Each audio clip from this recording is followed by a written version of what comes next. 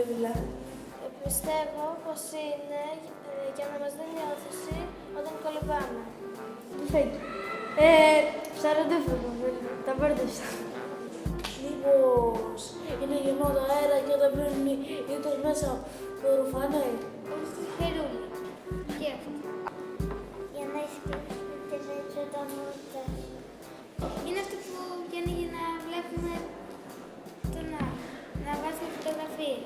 Λέω, όταν βουτάς στο νερό πρέπει να είσαι κλειστή τη μύτη σου, αλλά δεν μπορεί να το χέρι και έχεις αυτό. Πιστεύω ότι όταν πάνε για ψαροντούφεκο, πατάνε τη σκανδάλη και πετυχαίνει τα ψάρια. Μοιάζει σαν ένα νευρά. Από ψάρι, από γοργόνα. Στο βυθό για να κολυμπάμε καλύτερα, πάμε πιο γρήγορα. Όποιοι δεν ξέρουν πολύ καλό πολύ παίρνουν αυτά ή για να πάμε πιο βαθιά. Δίνουμε όθηση στο νερό και πάμε γρήγορα. Εγώ νομίζω επειδή αυτά είναι πολύ μεγάλα για να πάμε πιο βαθιά. Για να έχει πιο πολύ δύναμη το πόδι, για να βάζει πιο πολύ δύναμη το πόδι και να πας πιο βαθιά. Το ανοίγουμε και βάζουμε μια κάμερα εκεί μέσα. Το τεντώνουμε, φτάνει εδώ και πατάμε τη σκανδάλη και φεύγει η βέλη.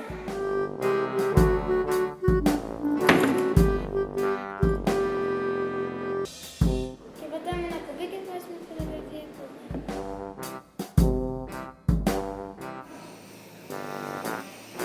Πάνω στο ψάρι. Το καρφώνι. Το δρόμο. Πριν οι δίτες, πριν μπουν μέσα στα νερά, το φουσκώνε πολύ και όταν μπαίνουν, όπου θέλουν οξυγόνο, να ρουφάνε. Θέλω να συζητήσουμε 2-3 πραγματάκια για να καταλάβουμε πώς δουλεύει αυτό το πράγμα, εντάξει.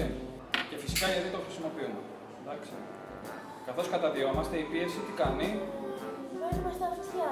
Δεν μπαίνει, πες το λίγο καλύτερα, αυξάνεται. Αυξάνεται. Πολύ ωραία. Γι' αυτό εμείς πρέπει να κάνουμε εξίσωση. Κλείνουμε τη μύτη και προσπαθούμε να εκπνεύσουμε με κλειστό το στόμα. Κάνουν κλακ τα αυτάκια. Αυτό λέγεται εξίσωση πιέσεων. Εντάξει. Για να προπονηθούμε εμείς λοιπόν πάνω σε αυτή την τεχνική, είναι πολύ σημαντικό να δουλέψουμε με αυτό το εργαλείο, το οποίο θα τοποθετήσουμε στη μύτη, γιατί η μυτούλα συνδέεται με τα αυτάκια. Εντάξει. Άρα, δεν το χρησιμοποιούμε για να φουσκώνουμε το μπαλονάκι με το στόμα, αλλά με τι? Πολύ ωραία. Θα μας δείξεις πώς θα το κάνουμε.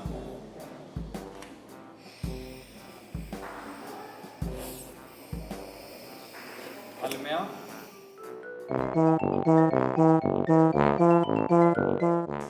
Πιστεύω ότι βουτάς για να σε... Είναι όταν βουτάμε στη θάλασσα, είναι ελεύθερα. Χωρίς κάτι να έχουμε και να μας βοηθάει να αναπνέουμε. Με μία ανάσα. Κρατάς να αναπνοήσεις. Παίρνουμε μια ανάσα, βουτάμε και όσο αντέξουμε, Χωρίς μπουκάλες ή κάτι άλλο. Μόνος, χωρίς οξυγόνο και όσο είσαι μέσα, κρατάς την ανάσα σου. Μέχρι να σκάσεις και να βγεις εκεί.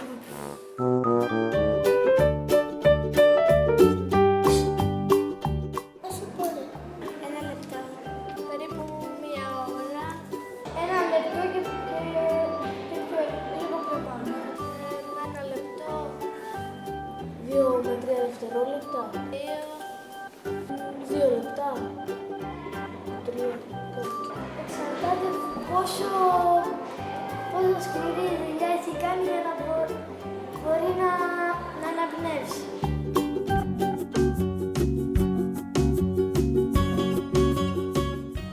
Πολύ. 1 μέτρο. 5 μέτρα. Εγώ σχετικά πολύ λίγο επειδή με έχει αστήσει. Αλλά οι δίτες όπως εσείς, με 2 με 3 μέτρα, 4, 5, πιο βαθιά από ό,τι είπα. Δηλαδή 10-11 μέτρα.